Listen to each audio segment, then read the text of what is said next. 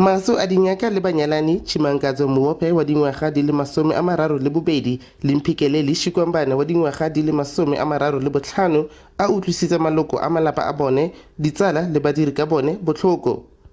As a family, we are devastated due to the untimely death of this brother. In him, we had lost a jewel and an exemplary young man.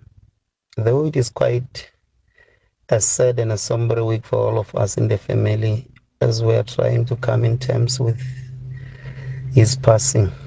But we believe that God will help us. Shikwambana o ne a dira jaaka motsamaisi kwa bookelong ba Donald Fraser.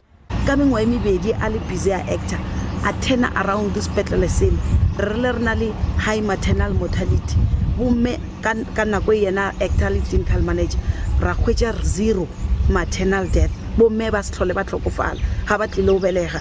Muofhe o ne a ikelela go nna moitseanape malebana le itekanelo ya baimana. Ditirelo phitlho tsa bone di tlile go tshwarwa kwa gabo bone kwa metsaneng ya Hoveni gaufi le Tzaneen le kwa Feyeboom kwa ntle ga toropo ya Louis-Trichardt mo mafelo bekeng ano ke Katlego Nyoni wa dikgang tsa SABC Polokwane.